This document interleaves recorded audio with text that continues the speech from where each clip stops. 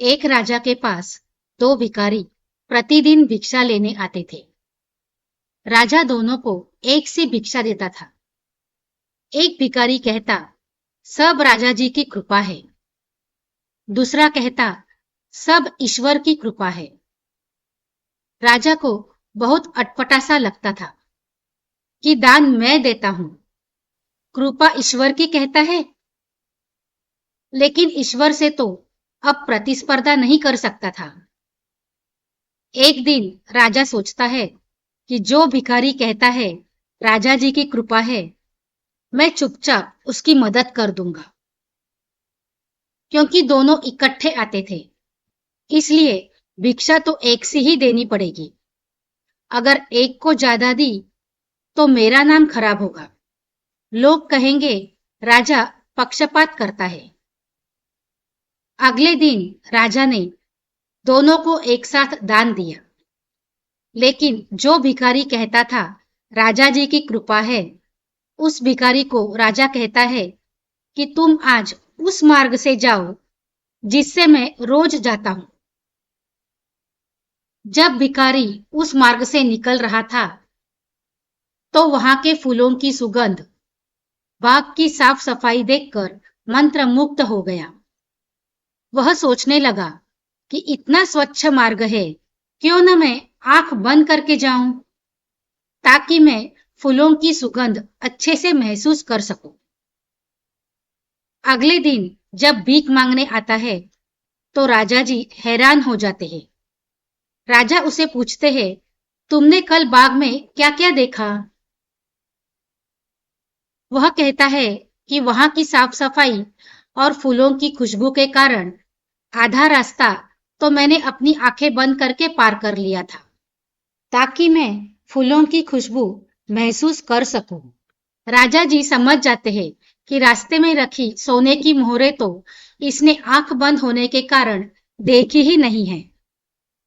फिर भी राजा ने हार नहीं मानी। अगले दिन दोनों को अलग अलग समय पर बुलाया। जो भिखारी कहता था राजा जी की कृपा है, उसे पहले बुलाकर एक तरबूज देता है और दूसरे भिखारी को रोज की तरह जितनी भिक्षा देनी होती है उससे एक सिक्का ज्यादा देता है। भिखारी अगले दिन फिर से राजा के पास भीख मांगने जाता है। राजा उसे पूछते हैं, तरबूज मीठा था? भिखारी हाँ कह देता है, लेकिन राजा समझ जाता है कि तरबूज तो इसने काटा ही नहीं है। लेकिन उस दिन दूसरा भिखारी नहीं आता है। राजा अपने सेवक से कहता है कि पता करके आओ कि वह क्यों नहीं आया। उससे कहना कि मैंने बुलाया है। भिखारी अगले दिन अच्छे कपड़ों में राजा के पास आया। उसने राजा को प्रणाम किया और कहा, सब ईश्वर की कृपा है। राजा पूछते हैं, तुम भीख मांगने क्यों नहीं आए? उसने बताया, जब आखिरी बार वह भीख मांगने आया था तब आपने मुझे एक सिक्का ज्यादा दिया था। मैंने सोचा कि चलो बच्चों के लिए फल लेता जाऊं। तब फल वाले ने एक बड़ा सा तरबूज सस्ते में दे दिया।